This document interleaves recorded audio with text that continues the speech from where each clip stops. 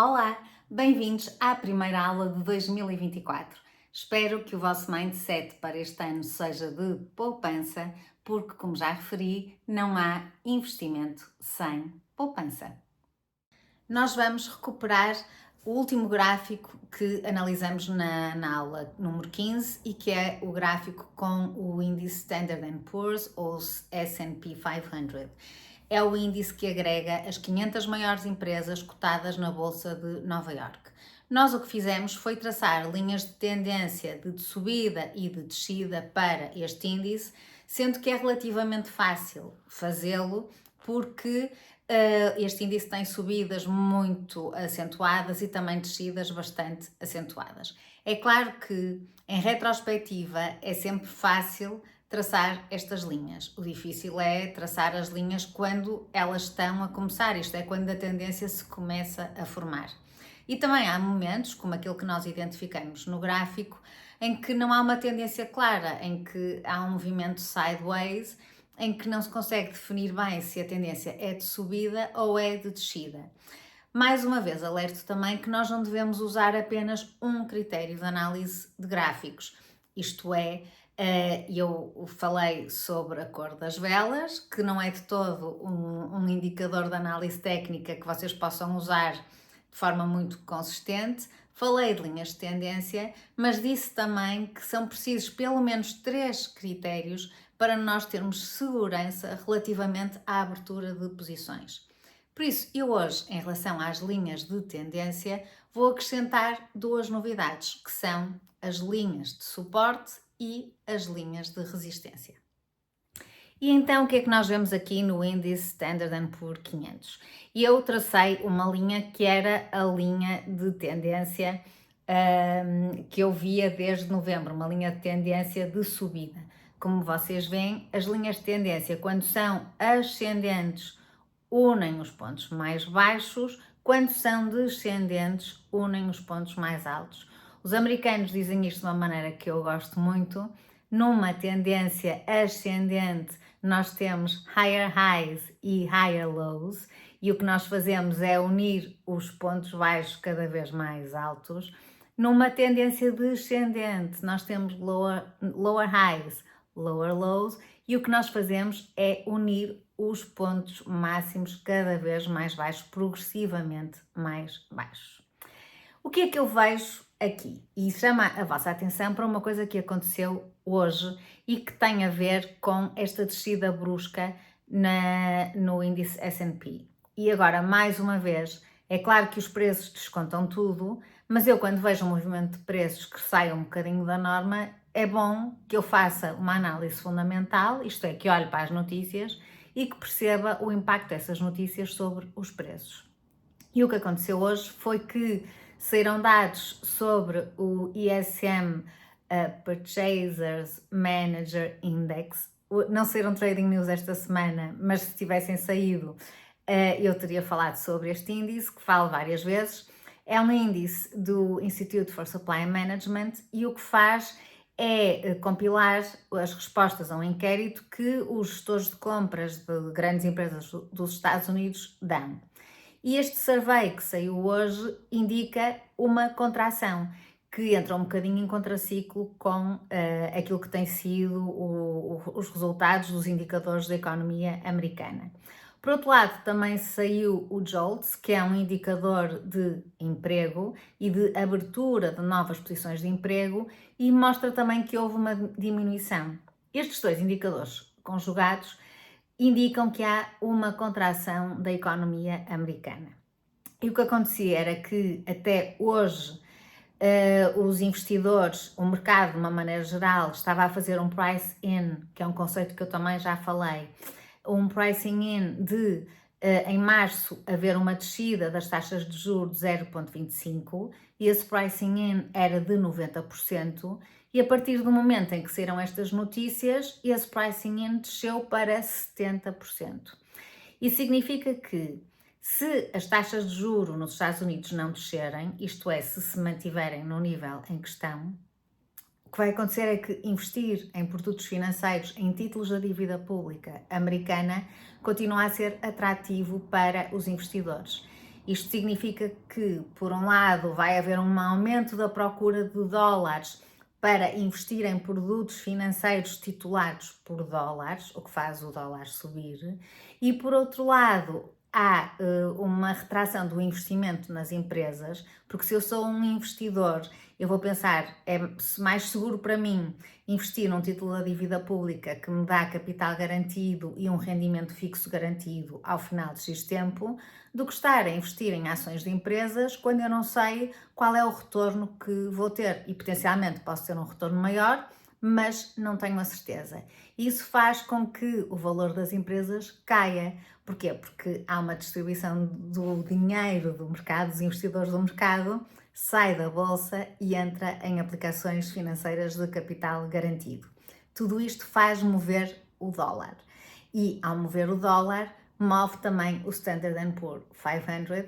Eu tenho uma aplicação do TradingView que me permite correlacionar estes dois indicadores e, como eu vos mostro, quando o dólar desce, normalmente o Standard Poor's sobe. Quando o dólar sobe, o Standard Poor's desce ou pelo menos anda ali naquela movimentação que nós chamamos de sideways. Agora, para além destas linhas de tendência, o que é que me interessa? Interessa-me acrescentar aqui linhas de suporte e linhas de resistência. O que são linhas de suporte e de resistência? Aqui entra muito a psicologia do trading. Como nós sabemos, os preços são formados pela relação entre oferta e entre procura, isto é, pela dinâmica entre quem quer comprar e quem quer vender. Ora bem, quem quer comprar o preço o mais baixo possível.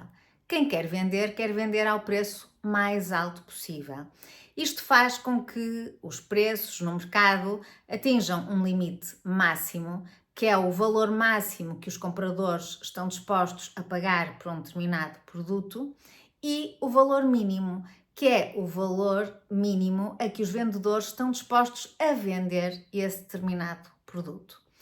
E esta dinâmica entre máximos e mínimos forma-me linhas de suporte, que são os valores mínimos que um produto pode atingir, e linhas de resistência, que são os valores máximos que um produto pode atingir.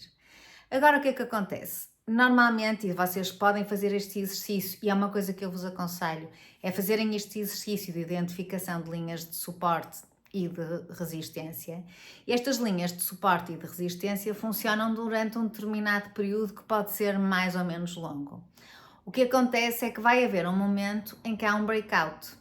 E eu tenho muita dificuldade na prática em identificar isto, identificar os breakouts. O que eu vos digo é, sejam humildes. Aceitem que, como traders não profissionais, vocês nunca vão ter acesso à informação que os traders profissionais têm, que os brokers e os hedge funds têm relativamente ao mercado. O que eu vos aconselho é esperarem sempre pela confirmação. Lembrem-se, o melhor dia de trading é o dia em que nós não perdemos dinheiro, por isso esperar pela confirmação é o quê?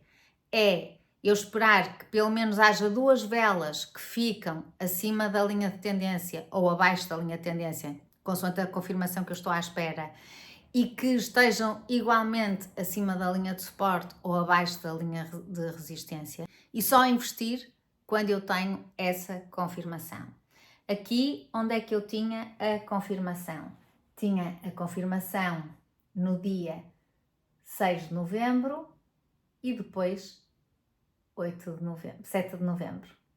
Ou seja, eu aqui tinha a confirmação. O que é que acontece a seguir? O preço tem aqui uma doji e depois o preço até desceu, mas quando ele desceu bateu na linha de suporte. Por isso, para que é que serve a minha linha de suporte e de resistência? Para eu, quando abro uma posição, definir o meu stop loss e o meu take profit. Ou seja, imaginem que eu entrava na posição aqui no dia 8. E eu ia definir como meu stop loss este nível aqui, ou seja, o preço ia descer e eu ia bater neste stop loss e não perdia, não saía da jogada, não era posta fora deste investimento. E a seguir o preço começava a subir. Agora, onde é que eu identificava o meu take profit? Podia identificar num máximo anteriormente conhecido ou deixar a posição aberta. Qual é a dificuldade aqui? E eu nunca vos digo para deixarem posições abertas sem stop loss ou sem take profit. é que realmente eu posso esperar que o preço suba indefinidamente, mas é assim, subidas destas, vistas em retrospectiva, são uma coisa espetacular, mas não há nenhum momento histórico em que eu tivesse atingido valores tão altos, pelo menos olhar para o gráfico ao dia, nos últimos meses, nunca, o Standard & Poor's atingiu valores de máximos históricos. Por isso, eu confortavelmente o que ia fazer era tomar o meu último máximo de referência e definir aqui o meu take profit. Ou então fazer aquilo que eu fiz, que foi, eu defini um stop loss inicial. A partir do momento em que o Standard & Poor's foi subindo, eu ajustava todos os dias o meu stop loss e o meu take profit para valores cada vez mais altos. E assim quase que consegui vender isto no último dia de 2023, porque fui puxando sucessivamente os valores para cima e é para isso que serve o stop loss e o take profit. Vamos ver outro exemplo com o índice do dólar. Eu aqui no índice do dólar ainda estou a usar um gráfico que já usei noutra aula, em que eu marco os momentos em que houve subidas das taxas de juro amarelo e que se vê o impacto que isso teve na subida da cotação do dólar. O índice do dólar, volta a relembrar, é a cotação do dólar face às 6 principais moedas transacionadas no mundo, e o que eu vejo é uma clara tendência de subida do dólar. E depois, a partir de novembro, quando se começou a especular que a Reserva Federal Americana não voltaria a subir taxas de juro e que potencialmente até viria a descer as taxas de juro no primeiro trimestre de 2024, começamos a ver um dólar a perder força. Agora o que é que acontece? Eu tenho aqui uma linha decrescente, tenho aqui um momento em dezembro em que as minhas velas diárias andaram um bocadinho acima da linha, o que poderia querer indiciar que a tendência ia reverter, mas não indiciou, porque o corpo da vela está sempre sobre a linha de tendência. E depois tem o dia de hoje, que é um dia em que as perspectivas de redução das taxas de juro desceram de 90% para 70%. E agora, enquanto eu estou a dar a aula, a gravar a aula, desculpem, isto hoje é dia 3 de janeiro e são à volta das 5h30 da tarde, podem surgir outras notícias que vão voltar a alterar isto tudo, mas para já é este o cenário. O que é que eu tenho de esperar como confirmação? Eu tenho aqui um mínimo que me define a minha linha de suporte. E o preço de hoje já está acima da linha de suporte.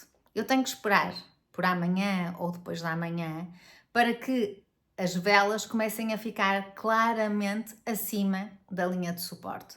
Se isso acontecer, conjugado com outros indicadores que nós ainda vamos aprender, então claramente eu posso estar perante uma reversão da linha de tendência. Pois bem, eu acho que hoje já vos deixei com trabalho de casa suficiente para fazer.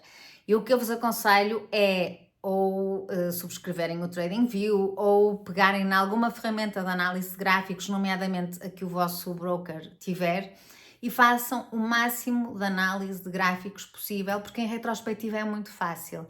Em retrospectiva é muito fácil identificar linhas de tendência, níveis de suporte e níveis de resistência. Uma coisa que acontece, se vocês lerem artigos de traders, e eu todos os dias, para os produtos que eu sigo, eu vou ver as notícias e normalmente numa parte das notícias há sempre análises técnicas sobre gráficos e quase todas falam de níveis de suporte e níveis de resistência. E eu vou sempre ver quais são os níveis de suporte e de resistência que os traders profissionais colocam para ver se eles coincidem com os meus. O que é que acontece? Estes indicadores são absolutamente objetivos, mas às vezes pode haver alguma subjetividade na interpretação.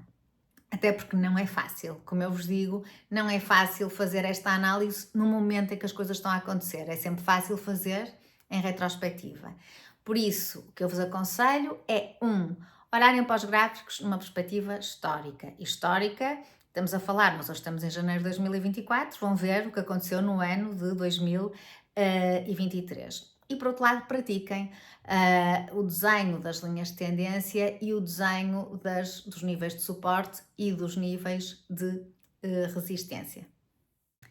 Nós na próxima aula vamos continuar com mais indicadores. Até lá!